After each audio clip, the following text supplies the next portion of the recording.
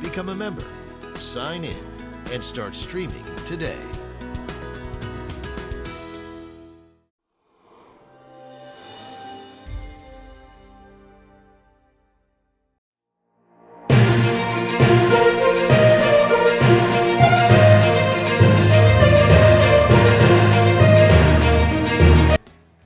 Hi, everybody. Welcome to the September 4th, 2020 edition of Colorado Inside Out.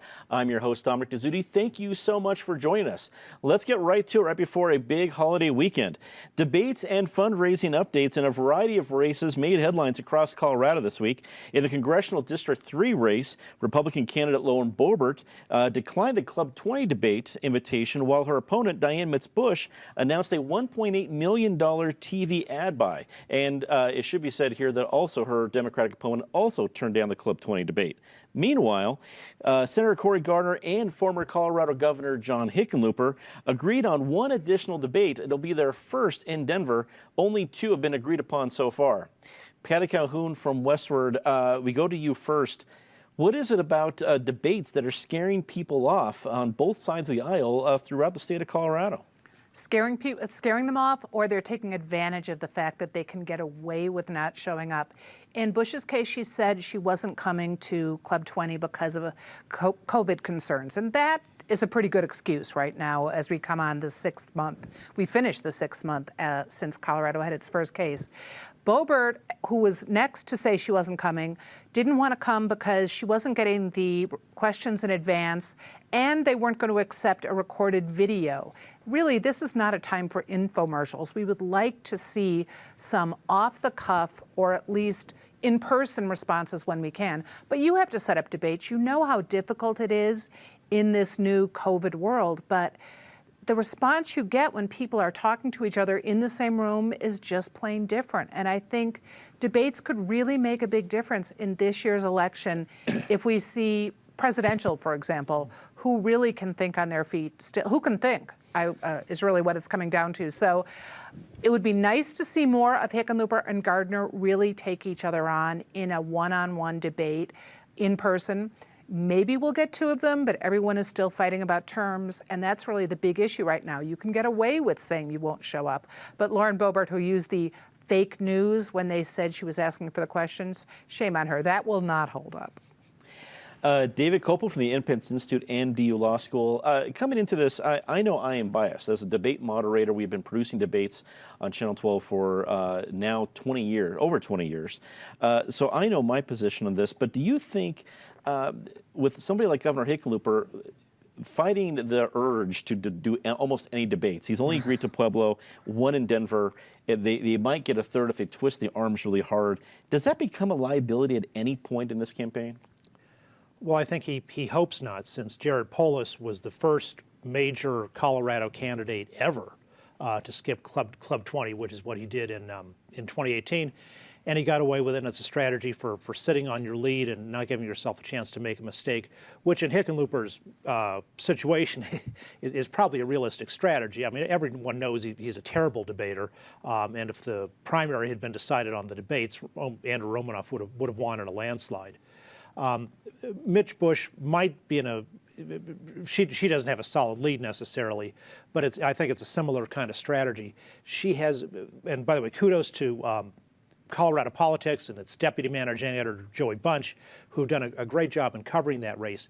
She has an enormous amount of money, and she's got a top-of-the-line campaign staff with loads of experience in other states. So this $1.8 million buy we're seeing now may be just the beginning, and that's partly because CD5, the 3, which is the size of Florida, to fully buy the media there, you've got to do 5 television markets. You've got Denver, Grand Junction, Albuquerque, Colorado Springs, and even Salt Lake City for some of that district. Club 20 is a hard debate format if you're a bad debater, because it's derived from the Lincoln Douglas approach, where the candidates get to cross-examine each other. And you know, Hickenlooper standing up to that would be a challenge. I think it was a mistake for Boebert to say, Boebert could have shown up like Gardner's going to do, give a presentation, and then answer questions in real life from the audience at the time. And I wish they would all do that. Penfield Tate joins us remotely, a longtime state lawmaker and a current attorney with Tate Law. Penn, you have participated in countless debates, both as a lawmaker and as a candidate. Is there a change in the culture around debating with candidates? I mean, it didn't seem to me that Club 20 is unfriendly territory for either of the CD3 candidates in a tight race. This is not like one incumbent for 20 years just writing it off. This is supposed to be a pretty tight race. And then Hickenlooper and Gardner, and this is the U.S. Senate we're talking about, and we might get 2 debates. It seems silly to me, but as we said, I'm biased. What are your thoughts? You know, it's kind of unfortunate how this has evolved over time. It used to be that what you did with debates is the back and forth and the jockeying was over the format and the content of the questions and the subjects, so that you could try to have a format that was advantaging your candidate. But now the strategy of deciding that if you have a safe lead, you just shouldn't show up at all, I think is distressing, and I think it's a disservice to the voters also. They have a right to what I call the taste test. They ought to be able to see a candidate, touch a candidate, and I know in this COVID environment you can't do exactly that, but they have a right to see a candidate up close and see them think on their feet. And I'm just disturbed with the entire trend of candidates ducking debates and deciding they're just not worth the time and effort for fear that they'll make a mistake. If you're worried about making a mistake on the debate stage, we ought to be worried about you making a mistake if we elect you to office. Natasha Gardner also joins us remotely, a freelance journalist, longtime part of the panel here. Natasha, maybe I'm being cynical here, but maybe candidates will start being concerned about debates and treat them as a priority as soon as voters do. And I don't know when that might happen. What do you think? I think voters do care about them, and I think it is a mistake to sort of hide from the debates right now. But it's become a continuing thing in politics that predates the pandemic. I mean, we've seen for years, controlling the message, right? Everyone wants to do that. Every candidate wants control over every mailer that goes out, every email that goes out, every interview question that they receive. The question is, how much pushback do they get on that so that voters get a sense of who they are? Because this is not just about what careful message your campaign can create. It's about how your brain works, because once you get into the Congress or you're in the legislature and you're in a meeting, your brain matters, and how you respond to people, how you respond to adversity, but also positive things, all matters. And this is a way for voters to see that, particularly because I think that in addition to turning down debates, candidates are also turning down interviews with media. So less and less opportunities for candidates to engage with voters. Now with COVID, we don't have those in-person events. So we're getting down to this very small trickle. And in some ways, I'm sure that the election season has seemed very loud to people, but in other ways, we've had very little information coming out from candidates, especially in the real-time moments where we're at right now. So in particular, people in Colorado, voters might say, hey, I know Hickenlooper, I know Gardner, I know what I need to know. You don't necessarily know all their stances right now in this moment in the pandemic. How is their response going to be? What are their plans for recovery? How do they want to deal with schools? How do they want to deal with the economy? How do they want to deal with public health? Those are all questions that I have as both a member of the media, but also a member of the public. So for me, I think the disservice here is for the voters overall. I know it seems to be an easy answer for the candidates to keep that message close, but I wish that someone would be brave in these final days and months and really step out and give Colorado voters the information that they need to make the decision when it comes to Election Day. Amidst ongoing conversations about the role of police, the Denver Police Protective Association is negotiating a new contract with the city. The union is asking for a 3% pay increase in 2022 with no bump in salary in 2021. At least 5 city council members do not support the current agreement. David, we start with you on this one. Contract negotiations with the police union are always going to make headlines, but this year in particular, and the kind of drama we've seen with the Denver City Council, we might see more contention. What do you expect from negotiations? Well, just to follow up on Natasha, people who want to watch the brave candidates, even if you live in Denver, Colorado Mesa University is going to live stream Club 20 this year, so tune in if you're civic-minded. Good addition. So back at the turn of the century, I wrote about the Rampart scandal in the Los Angeles Police Department, where you had unjustified homicides, theft, perjury, framing innocent people, and similar things were going on in other police departments, notably Chicago and Albuquerque among them, mostly in relation to the war on drugs. And the Los Angeles investigators of the scandal reported the major cause in the lack of integrity in American police officers is mediocrity. So if you hire police officers for mediocrity, you're going to get more unjustifiable police violence and less effective policing. And when you have less effective policing, you're going to have more violent crime and more murders, and especially in poor neighborhoods. And conversely, if you want excellence in policing, you have to pay for it. The plan agreed to by the mayor and the Police Protective Association is for a 3% decrease in total compensation in 2021, followed by a 2.77% salary increase in 2022. You know, I think council members and the public are right to criticize the lack of transparency in the negotiations, and that's been an ongoing problem for decades in the Denver city government. Pam, we go to you next. As a former mayoral candidate, if things went differently last year, you could be right in the middle of this right now. What are some of the factors we need to know about that are important right now? You know, I think context is important, and I understand the police, the Protective Association wanting a bump in compensation, and that's typically what they request. But at a time where city government is looking at pretty major budget cuts because of a decline in revenue due to the pandemic. Also, you're looking at the broader political context where there have actually been debates over charter amendments to begin to transform how we police and what that looks like and how much money is devoted to that effort. To be requesting a pay raise, even though it's in 2022, seems to be a bit tone deaf. We ought to wait till the end of 2021 to figure out what the pay raise ought to be in 2022. And so I think that the police, Denver Police Protective Association has set themselves up for a couple of unnecessary hits with this request at a time when they really ought to be building allies and, frankly, community support and engagement, because a number of people have been concerned and critical about how they've responded to some of the protests in the city as a result of the murders of Black men in other cities around the country. Natasha, one extra layer we have on this that we may not have had, at least in this degree in years past, is the drama that is the Denver City Council. It's not as if it was a bastion of agreement for years before this one, but this year in particular, blame it on whatever you want, there seems to be a little bit more drama. Do you think that will play a bigger role in the negotiations moving forward? Absolutely. And part of the negotiations, there was a little bit of a mishap or miscommunication. And I'm sure different parties would describe it in different ways. But the city council, which is supposed to be at those negotiations, there was actually not a representative there in the very early stages. That was rectified, and they were part of it going forward. But it sort of sets the entire situation off into a poor direction with a sense, and maybe they weren't included. And like I said, that was rectified.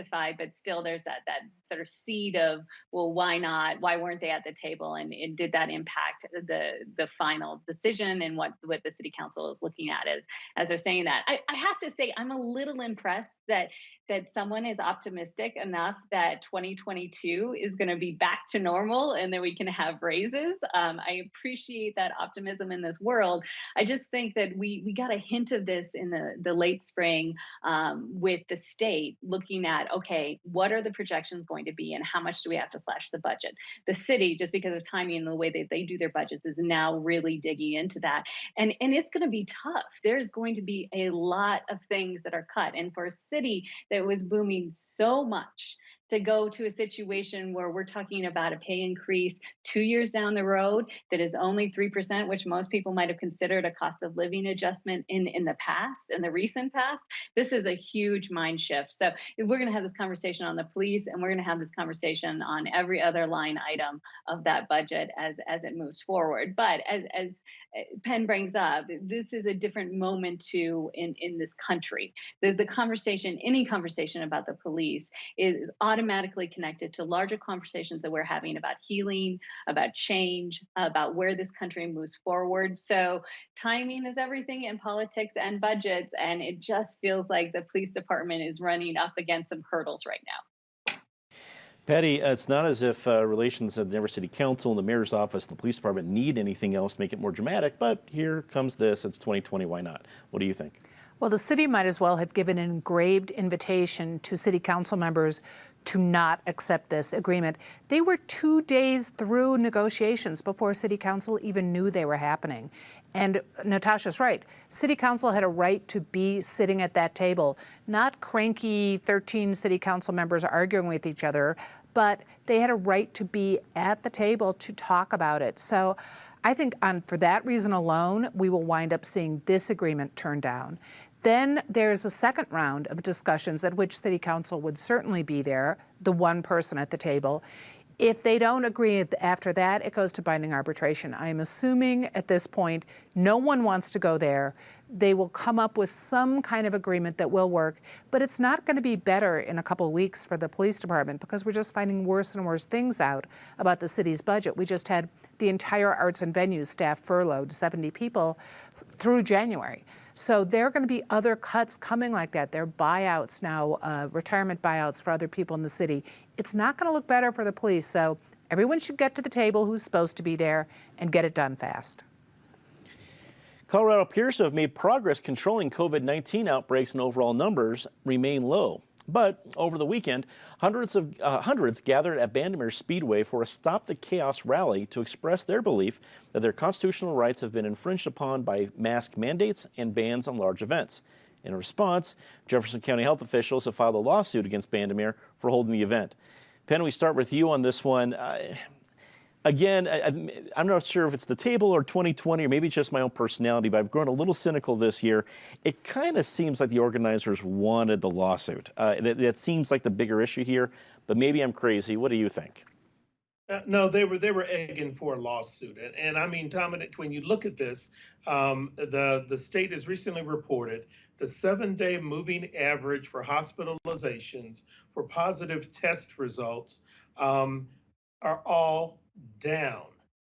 Wearing masks and social distancing clearly works, and that's what we're seeing in Colorado. And you know, the folks at the Bandimere Speedway, it's unfortunate they were egging for this fight and this lawsuit in the name of the First Amendment. But you know, we also all have a right to be safe and secure out in public, and it's one of the disturbing things about this pandemic is it is revealing how some segments of our society are so self-absorbed and selfish that they won't even be polite enough to observe appropriate social distancing or wear a mask. And you wear a mask not necessarily to protect yourself, not only that, but to protect the person next to you. And that just seems to me like common sense and common courtesy. And why someone wants to bring a lawsuit because they object to being courteous to their neighbors, it is beyond my understanding. And so I hope this thing is quickly thrown out by the court is just silly, because clearly the governor and other policymakers are attempting to protect as many Coloradans as possible from a disease that is killing people. And that, I think, is a major difference. Natasha, something like this, hopefully it's not a trend, but when it becomes a rally like this, do you think it could be? Well, Colorado has a long history. I mean, the whole country has a long history of people being able to think independently and exercise on in different ways. I mean, that's what this country is all about. But in this case, you know, first and foremost, I hope no one gets sick, and that's a priority. What I think it really does, though, is distract from the fact that Colorado has done such an excellent job on responding to this pandemic. Now, I'm sure there's things that we could have done differently. There's things that we could still do differently. But if you look at this, and if anyone's like me, I'm kind of checking COVID numbers as much as I check the weather these days. It's become sort of a daily ritual. There's a lot of things that Colorado has done well. And so we spend a lot of time talking about what happened at the Speedway. I just want to also shine a light on the fact that we have hospital workers from day one of this pandemic who have been working so hard to make sure that Coloradans survive this and thrive. And they're doing that with still limited resources. So again, I worry that we see sort of this big rally and it becomes a big headline for a lot of people and lose lose attention on the fact that so many Coloradans have made extraordinary efforts to save lives in the previous months. Patty, we shouldn't be surprised that we can politicize almost anything, but politicization of masks seems to be at least this trend right now. What did you think of what happened at Bandimere? Well, it wasn't a big surprise. That was clearly what they were going for. And let's be clear, there are two suits going on now.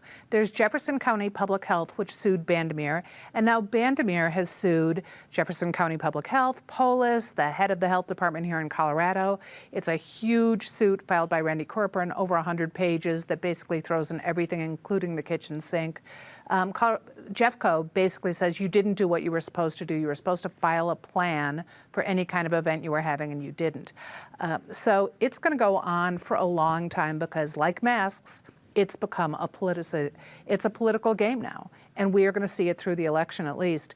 I want to give kudos to Dr. Mark Johnson, who, when you talk about sacrifices people made, he was going to retire after 30 years as head of Jeffco Public Health, but because of the pandemic postponed it and wound up with this as his thanks. But he is leaving in October, and who can blame him? You probably would have preferred the gold watch. David, wrap it up for us. They talk about constitutional rights here. Are we talking about the same issues we were last week when it comes to governor powers? What do you think? Jefferson County Public Health sent a letter to Bandimere saying that all events in Colorado, quote, must comply with the requirements of the Colorado Department of Health and Environmental Public Health Order. As if. You don't have to comply with masks and social distancing when you're having huge left-wing protests, or when you're rioting, or when you're vandalizing the state capitol. As viewers of this show know, I am so pro-mask that I was for masks even when the Centers for Disease Control and the World Health Organization were telling people not to wear them. But if people of one political viewpoint can violate these so-called orders with impunity, then it's really tough to see why everyone else is supposed to be so obedient. Well, let's get to our favorite part of the show, Disgrace of the Week. As always, Ms. Calhoun, we start with you. I have to go with President Donald Trump encouraging people to vote twice in Colorado if they can. Vote once with their ballot, then go to the polling place and see if they can vote again. He is the President of the United States, and basically you should not be arguing for people to break the law and try to vote twice. Colorado has done a good job. It's taken a while to have its mail-in voting campaign. We hope it holds up. Secretary of State Jenna Griswold went out and defended our system, but we do not need the President of the United States encouraging illegal voting. David. The woman in Boulder who beat up a 12-year-old for carrying a pro-Trump sign on his bike. Penn, we go to you next for your Disgrace of the Week. I'd say the promoters of Proposition 115, where in a country where Roe versus Wade is still the law of the land, why they would promote a measure with no exceptions for the health of the mother, the health of the child, or rape or incest seems beyond the pale. And I wish we would just quit having these debates over this issue. Natasha, we go to you next. We've known that our cultural institutions have been hit hard, but the news this week that Denver Arts and Venues is doing furloughs, Colorado Ballet has laid off their dancers. It feels like the day the music died. Now, that being said, I know that Colorado creatives will not let this be the end of that chapter. I know it will come back, but it's a sad week to know that so many of those venues and voices won't be heard. Time to say something nice about somebody. Patty? We are heading into one of the more unusual Labor Day weekends ever. So let's stop and think about the people who have been working so hard through COVID, the healthcare workers who are putting their lives on the line, the first responders, and let's also think about the people who've lost their jobs and are looking for work and give them some thought. Shout out to them. David. Democrats say that Trump is an authoritarian, an incipient monarchist with a personality disorder.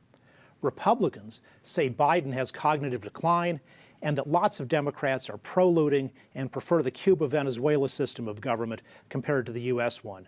Instead of everybody being so polarized, maybe we should acknowledge that both parties can be right at the same time. Or we can be cynical at the same time. Penn, we go to you to say something nice. You know, I want to give props to the artist Detour and a personal thanks for the mural of my father he's painted on the wall of the Boulder Public Library, which is where my mother used to work also. So thank him for that. If you get a chance to see it online or in person, it's just a beautiful tribute to my dad. Thank you, Detour. Penn, I will echo that your dad was not only a legendary leader in this city in this community for a variety of different reasons, but he was also one of the first board members of this very organization, PBS 12. So without him, a lot of people would not be around, namely this station. So we appreciate our very small part of his large legacy. Natasha, we go to you. Well, there's absolutely no way that I can top that. So I do know that I must make a trip up to Boulder soon to see that mural. Really quickly, I will say that there are reports of snow. The temperature is changing. The aspen leaves are just starting to show a little bit of color. So fall is nearly here, which means that in this time warp of 2020, time is actually passing. It feels that fall is basically going to be Tuesday, or going to be Monday night between 8 p.m. and 9 p.m. So get out there and enjoy it, because by 9 p.m. it's going to be winter, and then I don't know. It's 2020. It's Colorado. It's just wild. We'll go from 90 degrees to 40 degrees. Who else but here in Colorado? I want to give a special reminder about our election coverage kicking off next week. That's right. If it's post-Labor Day, we're in time to get into the election. Colorado Decides is back every Friday night at 7 and 7:30. Next Friday, we'll start by looking at the ballot issues, the National Popular Vote Compact at 7 o'clock, and the Wolf reintroduction issue at 7:30. Trust me, you will not want to miss it. And just so that you know, every Friday night from now on, right and through, really frankly, till Thanksgiving, at 7 and 7:30, we'll either be offering you 2 episodes of Colorado Decides, 2 different debates, really focusing on a lot of ballot issues in September. And then in October, we're going to start a whole new expanded season of both sides of the story. That's going to carry us all the way to Thanksgiving. So Friday nights, as usual, you can count on PBS 12 to provide the most in-depth election coverage that we can possibly provide, covering all the different ballot issues and as many statewide races as we possibly can. Do know that our invitation to get you a U.S. Senate debate is out there. We're hoping to come to reality. We'll have to cross our fingers, see what happens. For everybody here at PBS 12 and Colorado Inside Out, I'm Dominic Dezzutti. Thank you so much for watching. Good night.